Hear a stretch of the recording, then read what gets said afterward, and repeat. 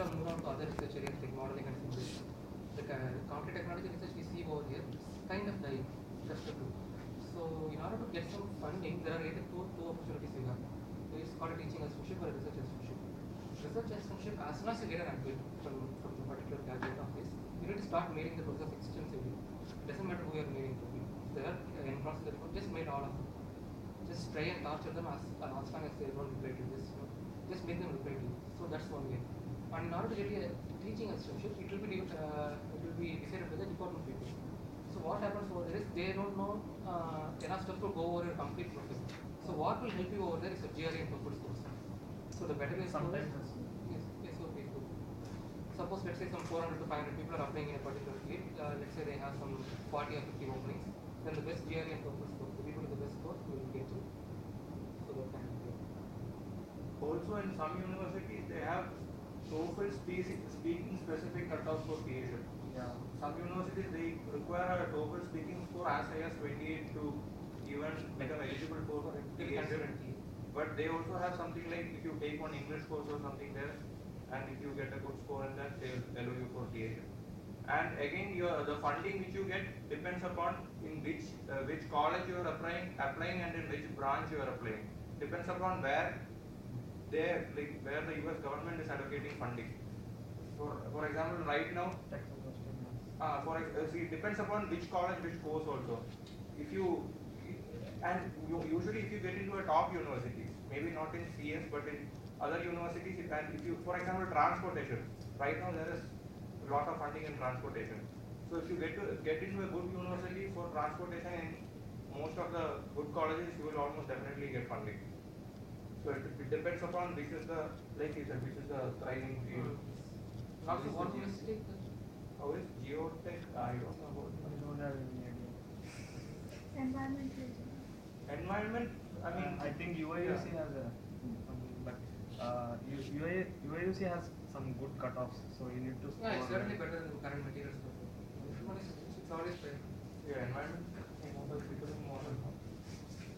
And you must have known about Indumati ma'am.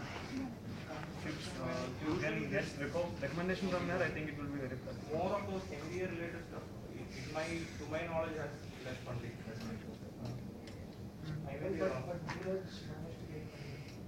But it was not like he didn't get it Yeah, from he here. didn't get it from here. So I don't know if you know Neeraj Yadav or not. So he got funding after he went there. So it depends. See, the thing is for MS programs, as far as I know, like many other professors are skeptical about giving funding.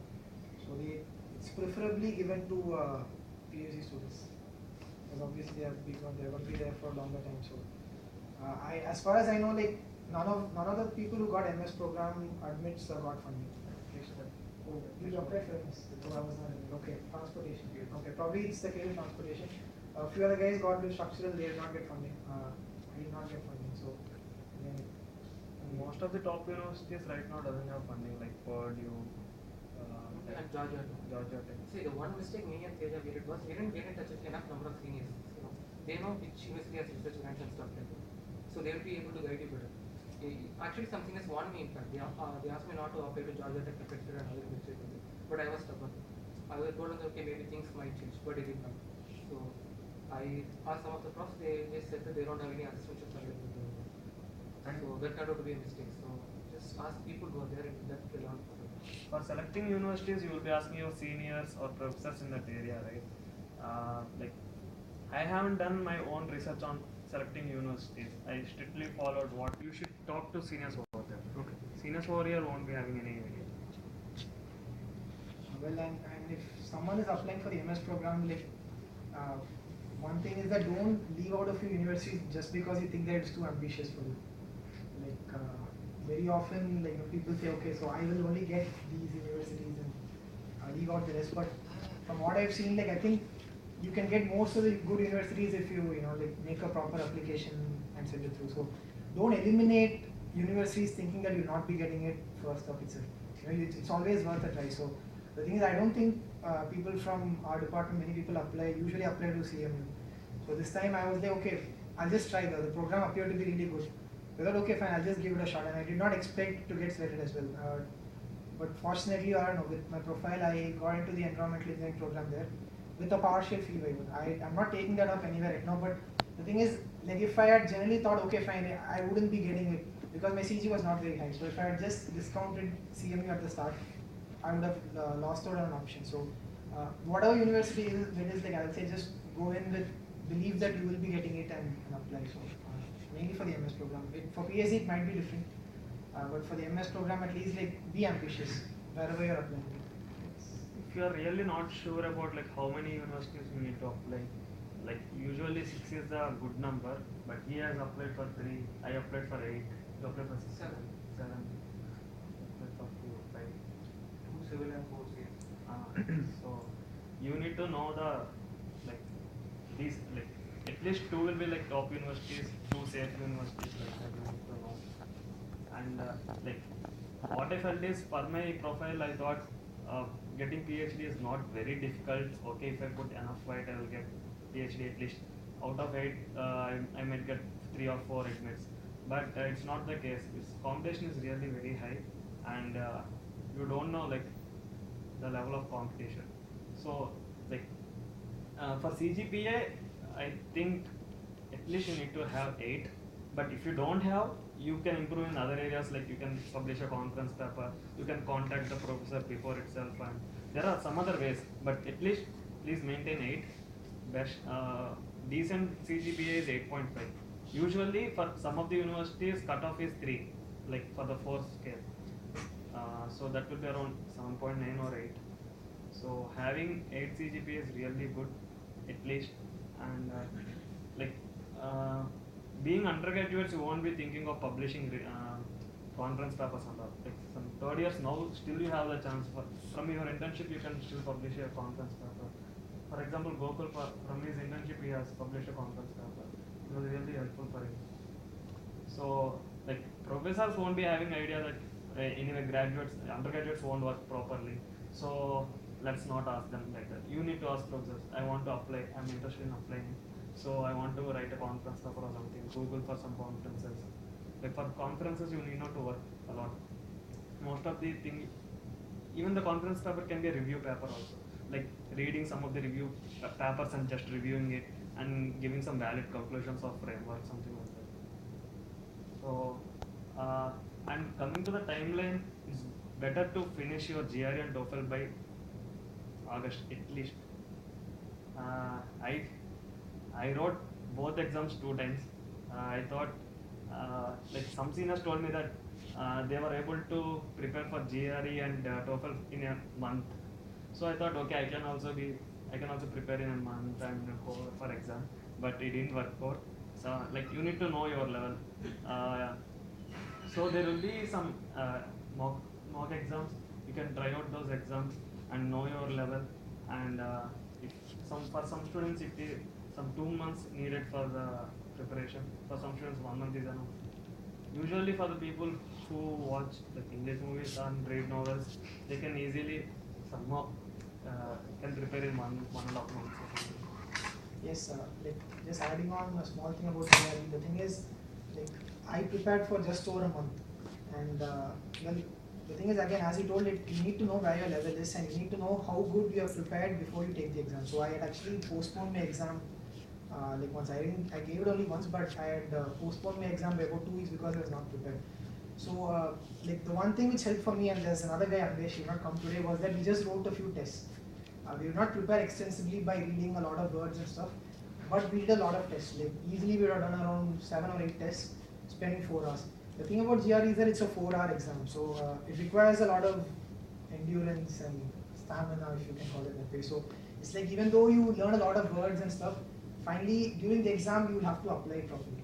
And another thing is that you need to know the contextual application of those words. It's not just like learning the meaning and stuff. So just reading words alone will not be enough. Try doing as many question papers as possible for GRE.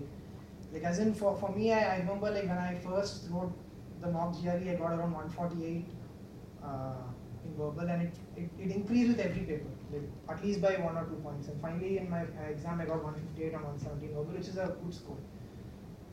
So again, even if you're not having a lot of time to prepare, like at least try to do a lot of papers. Like, you can easily manage one every weekend, and if you do it over 2 months, you have like 8 papers. So one easy thing which you can do is you can start reading publications like New York Times and the Economist. Yeah, there's a website called aldaily.com. So you find a lot of publications. Daily read 1 or 2 With some pages. high numbers, some scope on GRUs, you know. So that was kind of What is it called again? aldaily.com. Arts and letters daily.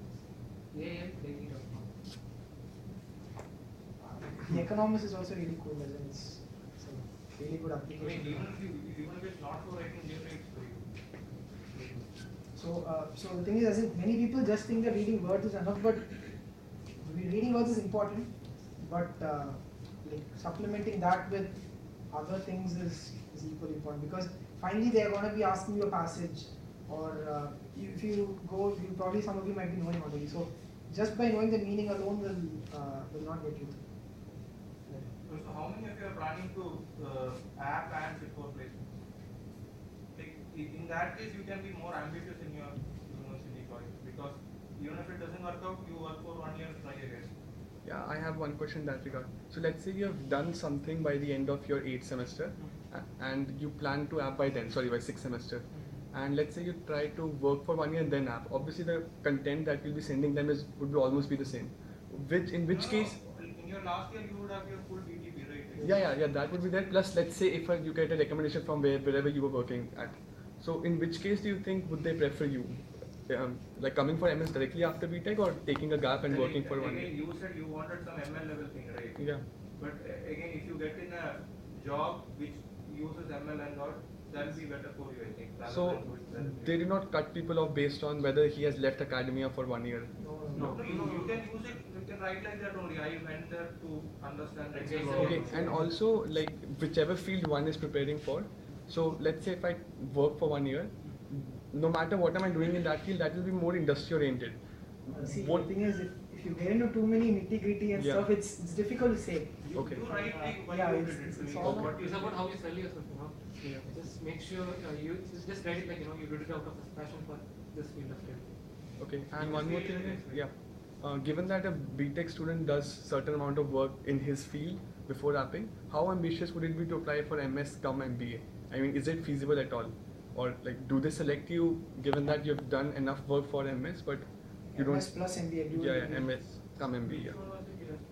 Like Maybe MIT, Stanford, has- MIT also has. See, Stanford takes very few undergrads. Okay. It takes around, my friend applied at Stanford, he didn't get it. So they take around 3 or 4 undergrads in the class of 400, and they're mostly Americans. In MS cum MBA program.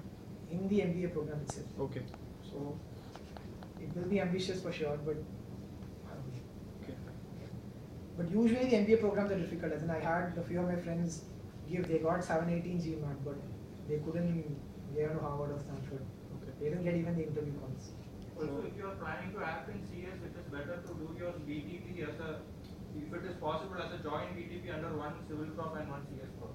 Okay. That will make a huge I can difference. also let go of my BTP if I've done 3 extra courses, right? It's something of that sort.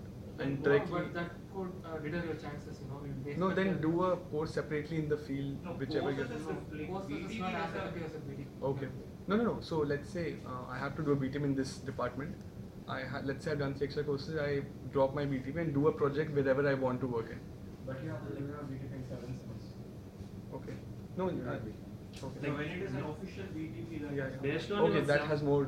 Okay. or if you publish a paper, it's but that will be more difficult. Okay, as you were speaking about courses, one thing which I want to add is, see, I actually applied to all the universities after my 7th semester grades came out. Okay. The reason was because I had done a course on sustainability and stuff, which I was expecting a really good grade, and there was a mini project in that course. It was a really small project, but I like wrote some good things about it in my SOP, and I was also hoping that that particular prof gives me a good reco for the universities. So I was waiting till the 7th semester grades come out, and then I applied. So again, see, that's why I ended up applying to universities, but it was finally helpful for me in getting CMU, because the program in CMU was fully based on life cycle assessment and other things, which was what I studied in that particular course. Shiva sir. Yes. It's actually a very simple course, but again, I specifically wanted that in my resume because I wanted to tell them that I was interested in sustainability and environmental engineering. I wanted to apply these kind of things. So I needed something in my profile to talk about it. So I thought I'll wait for it. Another reason why I delayed it was that I felt that my BTP went well. So I was expecting a good grade there. So okay, fine. I could write that, okay, so even though my grade is not very high, I've like done a good bit of work in my BTP, which has given me a good grade, and so on. I thought I'd write about. So that was the reason why I waited till my grades came. So I didn't apply to the university with the early deadline. Okay. Which probably now I feel I missed out on, because a lot of good universities have their deadlines on December 1. Oh yeah, December. So that's it. So if you're like say, so that's what. No, so take courses based on the field. Especially for the MS program, take courses based on the field in which you want to apply to. Like I don't know, the structural engineering guys, whoever applied to, they took some high funda structural courses in their 7th sem. The thing is, you will get paid also.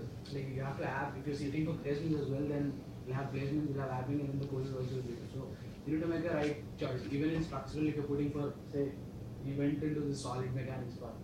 So then I applied into core structural part. So I just took a random structural courses.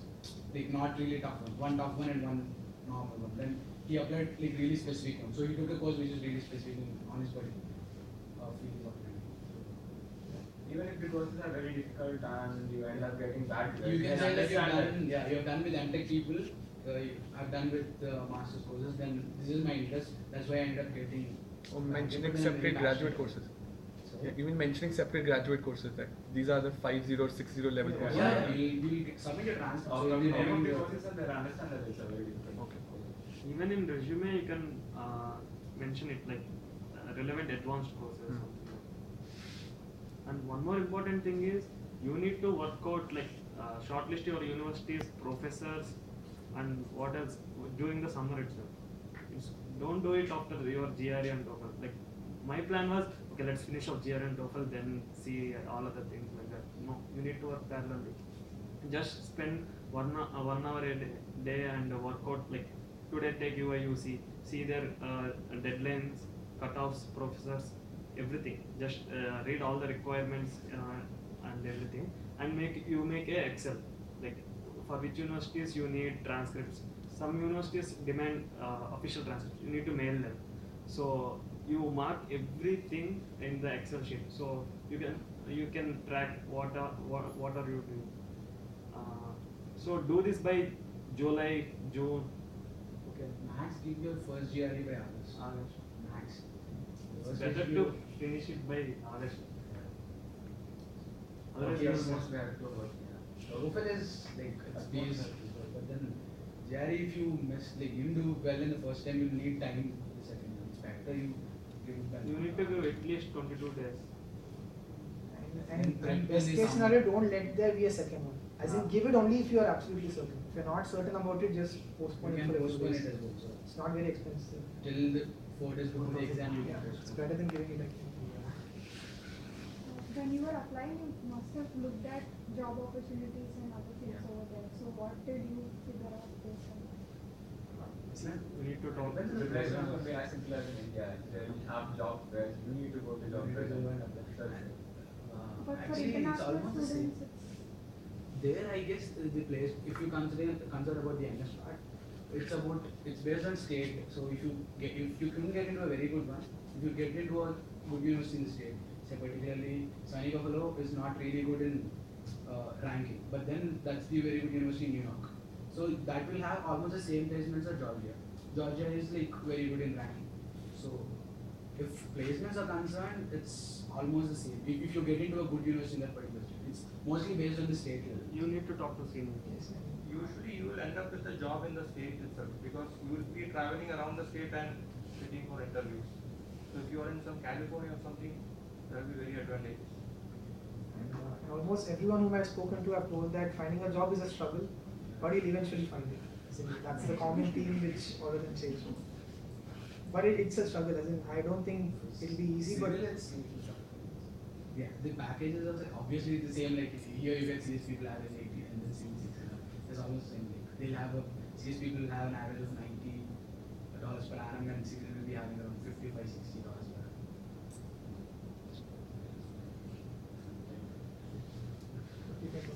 Thousand.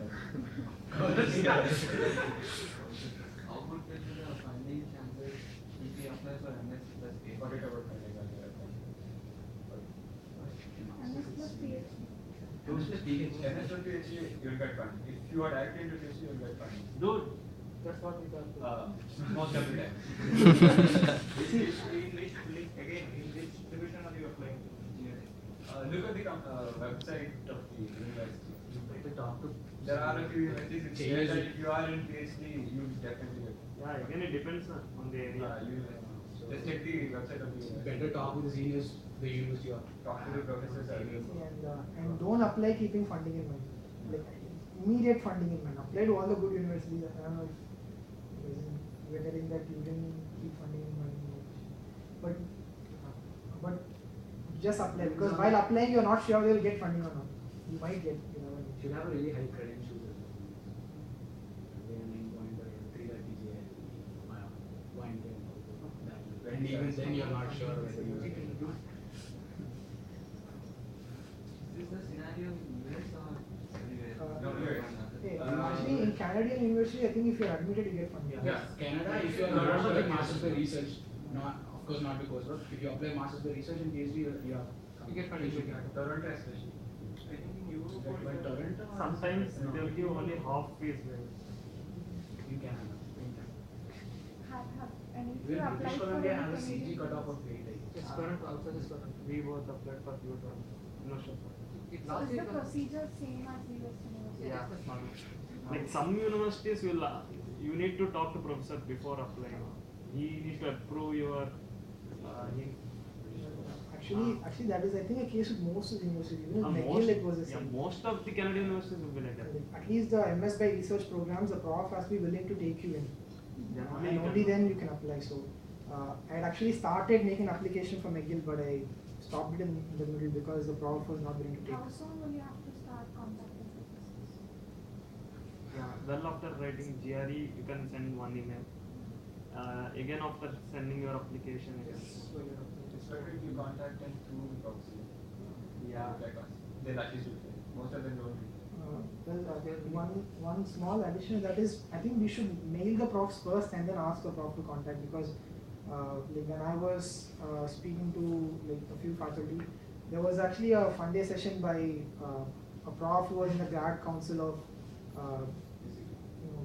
Penn State. So he was like, preferably you mail the prof first, because if there's a prof in another university, unless he's really close friends with another prof here, they wouldn't like to get a mail directly from the prof first, start telling, look at this student. You send in your mail first. If you're not getting a reply for like some amount of time, then probably you can send it in again. like after sending your application, you can CC with your form. One general advice is, it is best if you can somehow convince them through your SOP or through these mails that you really know how to participate in some project which is happening there. So, I mean, you should do proper research work on what projects are being done there, and you should be very specific that I have been doing this, you are also doing this, I am perfect for this. Yeah, in So SOP you you need to need state how perfect a fit you are for that particular research. Actually, even if your CT is less and all, this matters a lot. Actually, I Also, think your matters the projects, most. everything has to be coherent with what you are. Again for recommendations, like if you are in touch with only one prof, you better start talking to other profs somehow. Yes, and Sometime. yeah, and one thing to tell about recommendations. See, the thing is, again, one of the reasons why I applied late was also because of recommendations. Like because I did my BTP with Manu sir, but that was the first time I was doing any project under him. The course which I did with him was in second year, which was like a really long ago. It was not a great course or something like that. So the thing is, I wanted for some time to pass before he writes the reco for me. So I wanted like the semester to get over and that I could show that I've done some work, and then only I asked the reco. Like in fact, I even asked in the reco very late because I wanted to be sure that whatever is written in the reco is good. Fine, because the prof whom you are getting the reco matters. What they write is also very important. So ensure that whomever you're asking from have good things write about you, not just like, okay, he's a good guy, good girl, does work. Something specific. If they can mention something specific about you, it is always very helpful. Another thing which I did, I don't know, mostly I did purely for the sake of reco was that, see, I'm in BTech, so in A slot, I want to apply in materials. So we have a course called Modern Construction Materials in A slot. but we couldn't take it because we had to do another core course in that slot. So the same course was offered in NPTEL with, as in if you pay a fee, you can even write the exam, get a certificate. So it was offered by Professor Gettu, and I had done another course with him. I thought, okay, I'll also do this. So I used to do that course. I used to meet him like every 2 weeks and just discuss about it. And I ended up getting a good recommendation from him, I guess. But see, the thing is, it's not like you do it only for the sake of reco, but I learned a lot from that course. I really learned like the applications of materials in different kinds of cases. But it helped that Gettu sir had more things to write about me than what he would have if I just had done concrete technology. So little things that is, I guess, might matter. So you just start right now and figure out what the profs will be writing in your recos and think about it accordingly. Most prof will actually ask you to give them a write-up first about what you have done on the repo. Based on that only you will write repo. So you yourself will have good points if you have done something. Nobody to process. As in, okay, it's actually an advantage, I guess, if they. I mean, they should also agree, but if they agree, it's fine. Because they might forget some points. Actually, if you intern in a very good, if you have a very good summer research intern, or if you get a very good applied intern, you can get repo from that as well. I got one repo for me is from industry. Since I didn't do like very good projects under writing stuff, I asked my intern head to give me a repo. So even that helped, I guess. So you have one industry and one product. Especially if that intern guy is a PhD or something. Either he has to be a PhD or he is like a lead. I'm applied for structure, so if he is a lead structure in that particular company. So those kind of things. Are there any second years? Yeah. If you are free, you better attempt GRE now itself. Like it is valid for 5 years, TOEFL is valid for 2 years. Simply give the exam. Like if you are decently confident enough that you will have. And one thing also, did you ask the same prof for recommendation for all the 7-8 universities? Yeah. Right? They readily agreed. Yeah. Just copy paste. No one, Almost everything was agree. Yeah. no one pays you for this thing. No. Okay. Actually, in some other, I don't know, like in some other departments, some Yeah, they won't agree. but that is more because he will have some other students applying to the same Okay, university. So obviously you'll have some preference. Oh, so Yeah. even And, prof. and about the recommendations, actually, for some colleges, you might feel that getting a recommendation from a different prof might be better. Okay. So, See, for example, you have a professor who has done PhD in Texas A&M. Hmm. So if you are applying for Texas Yeah, yeah, A&M, true. better you Makes get sense. yes, then you and can- also the field. Like the thing is, for Purdue, I got recos from Gettu sir, Manu sir, and Robinson sir from Geotech. But for CMU, I did not take Robinson's reco. I took it from Sivakumar Palaniappan. So because I felt that the work which he was doing or the expertise which he has will be more relevant to that particular university. So, see, I think the thing is, the more you read about the college, the more you read about what the program offers, I guess you'll be able to figure out what will be the best for that particular thing. So, as he said, like start reading about the universities from now on. Isn't it? Like spend your summer Whenever you vacations. get bored, Yeah, you whenever you will get bored, you need to do Yeah.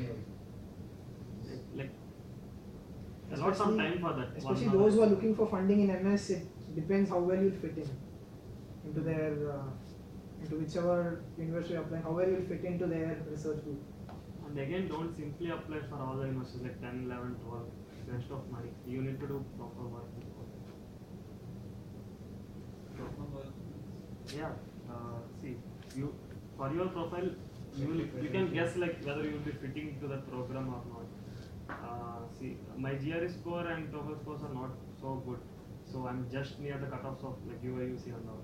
So most probably I won't be getting there. Like I can guess like that. based on your CG, your credentials, and you'll have an idea that okay, these universities have a chance. So these universities are safe. These are like very ambitious. So based on that, just put one ambitious. Just give a shot. Put more ambitious, I'll say. Yeah. You know, Yeah. see, especially for those who are applying, going for MS, you'll eventually, most probably, you may probably not get funding. And so that is the case. Better if it is a better university. So for PhD, again, it might be totally different. But at least for MS, keep apply to more on the ambitious side than on the safer side. I applied for 7 universities and 6 of them were ambitious. Usually I would suggest the opposite way, okay? It's better not to go for more ambitious Like, universities, based on my experience. First I got like 3 at least, and then I got like 4 continuous visits on those ambitious universities. So it's better to go ahead. as far as PhD is concerned. You can't say some university is ambitious or safe. You got rejected from UC Davis, it was around 1 year. In last year, some of my friends who were there, from either from IIT Madras or other colleges, the guy who went from here to Toronto, he had a CGPA of 7.7, and he was like, he said that the professors over there, they are more than willing to take students from all the IITs combined. So I thought that will be a safe bet, but I got a reject from the university as well. So situations change, There's a lot of luck involved over there too. See, actually the funding scenario depends on, especially if you're getting a research assistantship, it depends on how much grant that particular prof has at that moment. So in Purdue, there's a prof to whom I was hoping that I could do, but right now I don't think I'll be getting it with him. And the reason was that what he told was another prof in materials has recently moved to a different university, so he's loaded with a lot more responsibility and a lot more students. So he's not going to take any new student for the next 2 years. As in Manu sir actually forwarded them. As in Jason Weiss has moved.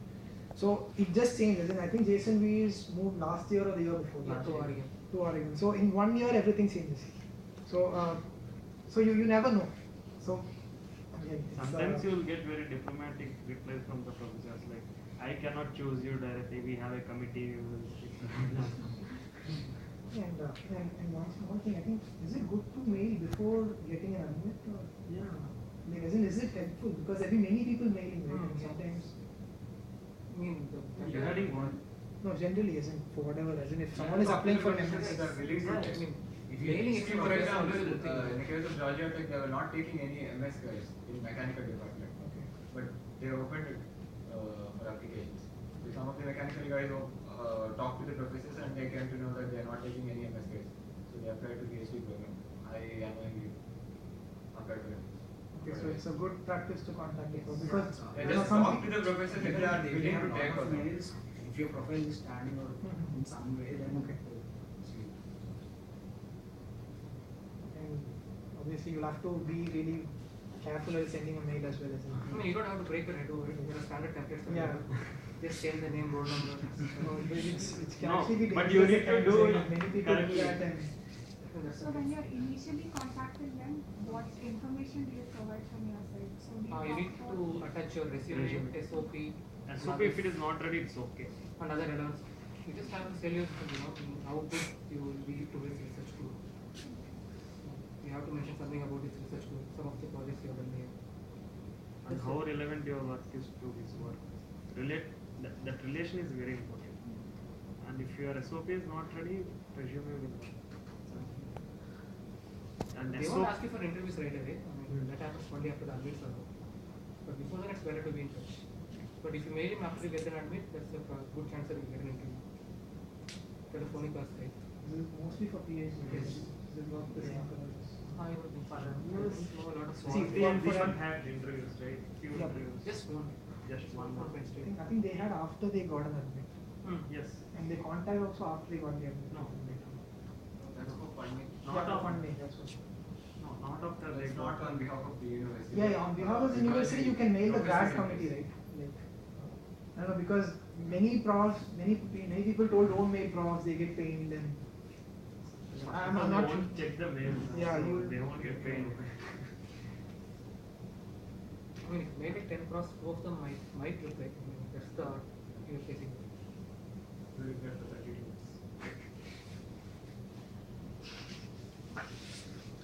It's actually a good essentially practice if you you ask are. them if you will fit in or what do you ask them? You don't ask them whether you fit in. You say you will fit Say, in. you need to be a unit as a group. Okay, but Yeah, so. what do you expect them to reply? They'll mostly say something like, go ahead, I think you're a good fit. Let's wait for Or it. you will get a diplomatic email. What is it? And it's Apply to the Apply to the university. We have an official channel. It's the most general. Or some professors, if they like your profile very much, they'll before you apply only they can ask for interview, phone interview. And there is a very high chance that they won't reply after the application deadline, after you have applied. They reply before you are applying, but after that they won't. Most of them will. Yeah, as he told, as in if you're having someone to vouch for you in the grad committee meeting when they're selecting you, it's definitely helps you. It's helpful for sure. But again, if you don't have it, doesn't mean that you're out of the race. It's still possible. So shoot emails to them before applying and even after applying. You can do all this without sending email first. Yeah, but it's better to. Iron Man Yeah, should but be practice if you are there are only a few professors in that university who are working in that specific. If there are many professors, it's okay even if you don't make them. And regarding like how many pages you need to write, in SOP, resume and all, you can mail us personally. Don't go for a one page SOP. Just make sure it's true. You need to. It's changed from the Yeah, university also. exactly. Yeah. So open the application portal of every university. Yeah. That's the main thing. What I did was, for Georgia, the 300 deadline was on December 15th. I opened it on December 14th. I sat for 10 days or something, made many reviews for my SOP, and then I made one which is nearly 2 pages. And then once I opened Georgia, it's just 4,000 characters, which is not even a page. So I don't know what to cut down in one day to make it, fit in that 4,000 things. So better just before 1 week you apply, open the portal, check how many things. No, Possibly not even before 1 one week. even I one asked month. them to do it in July. See, So, Preferably, both of the characters will be around. I personally had 4 deadlines on December 15, okay? So on December 1st, the floods happened. So the entire week was wiped out. So I had to apply for 4 universities in the second week of December. So that's a lot. So you might make mistakes. You might mention the wrong prof name in the wrong SOP. So that happens. That can happen. One day, what he did? He wrote everything perfectly. So and then fine, he's lost 100 first. So I solicited an opportunity to do my doctorate thesis in the wrong university. I applied for UIUC and then I put NUS. I wrote everything and then finally I want an opportunity to work with this in this particular university. I changed the university name and then I saw it later when I'm editing for some other university. I remember I didn't edit for this university. So once I went back to this, I saw that I didn't change the name. I didn't know what to do. When I spoke with people said it's better you leave it because sometimes they might skip it. They don't read the last parallel because what usually people say I'm like pretty awesome and so they Generally, they don't read the first and the last part. so they just read what all your vocabulary and they might skip. So better don't put yourself. Sorry, I put some other university. I want to change this. That's more bullshit than. And one very important thing is make your SOP as specific as possible. It'll be no harm if you're making a separate SOP for each university. At least major portions of Actually, it. they are supposed to do Yes. But usually people don't. But We just change the people- university. Yeah, but it's actually it'll be really nice if you can tailor each SOP to fit in the particular university. It'll definitely be possible if you guys give enough time. So it'll show a good name. And few things about the SOP is that I actually attended a session by Penn State University prof. So a few things which you should definitely avoid in the SOP is that, like say telling like okay your university is the best or something. You don't mention too much of your university. Try to be specific. Like say okay so say Georgia Tech is the best for this. Yeah, that relation is Yes, as in tell them that you want this university and this prof. because why? Yeah, and why? So instead of having it generic that okay, so this interests me a lot and you're like among the leading people working on this, why you want to work? Don't make it like you and you don't have to go tell them that they are the best in the world also. Try to be specific, try to be crisp, try to tell them that you want this, you're good enough for this, and accordingly. So and don't put in a lot of filler words and generic stuff. As much as possible, try to avoid it. Like try to make each word as impactful as possible. It really helps. And Is get it it- extensively reviewed, okay? Just send it to some 5 or 6 seniors, some of the profs might be able to. So that's a must. Don't send it to prof in the last moment. Like at least you need to send them before 1 month or something like that. I sent it to them before 1 week and they didn't review it. And our seniors want us to apply to the universities before at least 1 week before the deadlines. But still we applied 1 minute before, 2 minutes before, 1 day before. Serious. There are people who did the deadline is on 15th. We applied on 16th since it's 15th in US. all the universities apply. See, this is very serious issue. You need to better to submit the application at least 1 month before. See, for some universities, 1 month is actually very difficult. for some universities it will be on rolling basis. Okay. Yeah, that's They that. mentioned it, then if the Yes. universities have a rolling basis, the deadline will be like in February. In fact, there are some universities like that. Right? In fact, many of the European universities, like TU Delft has a rolling Yeah. base admission. You can even see the class size change as soon as they make admission. Also, I think University of Pennsylvania, Yes, Penn Penn State, one of them have 2 deadlines, and they take from both the deadlines. One deadline is on November and the other deadline is on December. That is is funding. If you Yeah, want for funding funding. for sure, then you have to apply. Even A&M is like. A&M has Most a of normal the- deadline on December 15th and then non-funding deadline. No, that is different. This is like November they select one class, something like that, and December one they select another class. For chemical engineering, in So, UIUC, so the it's like that. earlier one only few people will apply. So your chances will be more if you apply for the earlier one. See, so And you they got you their get that admission in information December. if you look at their websites. So in some websites they would have given that your application review will start after the deadline. It will be mentioned explicitly. So based on that, you guys go about it. Submitting in the last minute will give you a lot of tension and See, sleepless for nights. example, Texas option, I guess. Visa cards won't work. Mastercards will work. And if you come to Always know credit about- cards work. yeah. Even in credit Even in credit card, Visa won't work. For a few universities, international debit works. For few, only credit card works. So it's always good to have a credit card, which is Visa. Yeah, Visa Visa, works. but for one university, only Master works. So, it's better to apply before at least 1 or 2 weeks. You get paid since you didn't pay the application fees last month. See, I searched for the Mastercard for So 1 better week, if you you pay the know. university fee and then start filling that. I searched for the Mastercard for 1 week. Luckily, I got it the day before the deadline.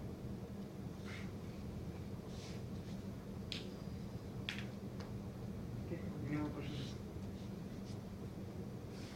How are job opportunities other than in places other than the US? So for example, Canada or maybe Europe. See, in Europe it's stagnant. Like, at least for like civil engineering, yeah, I can say it for civil engineering, it's stagnant. They prefer local, like Europeans than any other students. Yeah, it's pretty. Singapore Even you they can have be a available. problem with visa, I think. Yeah, Even in Asian countries, they prefer Europeans. Europe thing, once you graduate, within 1 month you have to get a job, or else you have to go. Coming back to India, you will be paid Since, less. since you don't get funding, you pay lakhs, then you don't usually no, prefer. but then like compared to direct IIT graduates, how are MS students from the US treated? If you come back to India after MS, you won't be paid very high. If you want to It's become a almost prof same. or something, only it will help. I think. If Yeah. you want a job, I don't think it will be of much use. I think No, MTech in and MS worst will case have the same. scenario, if we like don't get a job there See, and for we a- come back here, so it's going to be worse than being an IIT graduate, a fresh It's IIT not graduate. worth. For example, take Saint Gobain, okay? I know a guy who did MS in some university in US, and now he's getting paid 8 lakhs per annum. Is it worth really? So even otherwise, you are going No, for you- environment, right? I don't think there are. There are incomes. Yeah. If you graduate from here, you're getting 6.5 from for Saint Gobain, 1.5 lakhs. How are non-core job opportunities? after Yes, this? actually about this, I was actually speaking to a few people.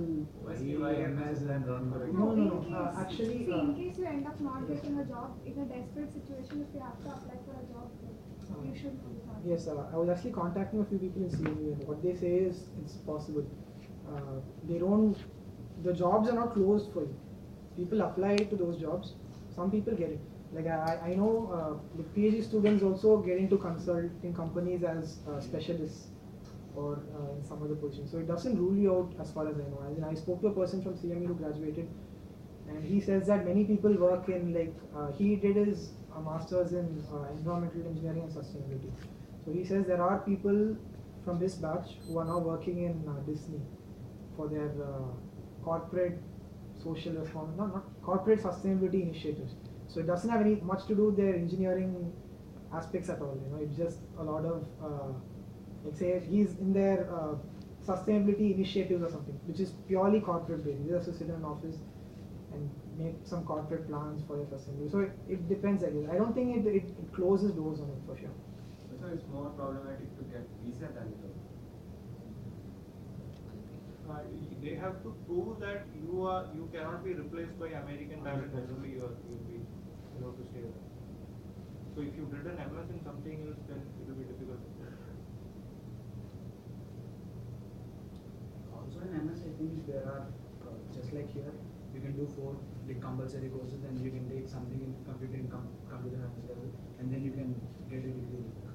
And also there are few universities where you can get into like environmental and then switch your branch to CS. Depends on the You number can of go to courses the you HOD of take. CS and then convince him that you are interested in CS. You can do that. There are a few universities. And or at least conversion within the civil engineering programs, I guess, is have a good enough reason to convert. And if you're like I think the HOD and the other people agree, it could be possible to shift within the civil engineering program. In CMU, it was very easy to convert within the civil engineering programs. You can move to infrastructure or structural engineering quite easily, even if you're in environmental engineering. Again, it all depends, and these things I think you can think about after you get an admit. Also choose about engineering and MS. Engineering is the coursework and MS is the research. In engineering, you will almost definitely not get funding. You won't get. You won't get. And GRE try to get minimum 315. And yeah, aim 320 high. is good. And If also you have 320 are good for Good. decent university. and also aim high. Like, Yeah, TOEFL again, 105, 110, I don't know. TOEFL is like, okay, have Some it's like, universities have a very have good listening funding. and have speaking more than 24.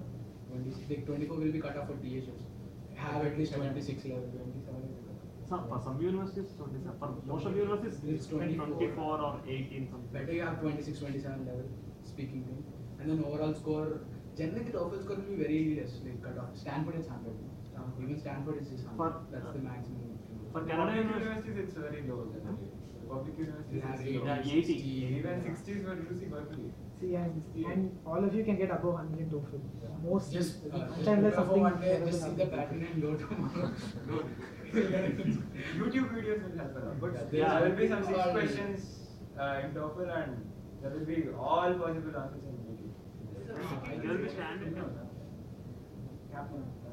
There is one thing which exactly gives the pattern How long did you for prepare for TOEFL? TOEFL. 1 week. 1 week.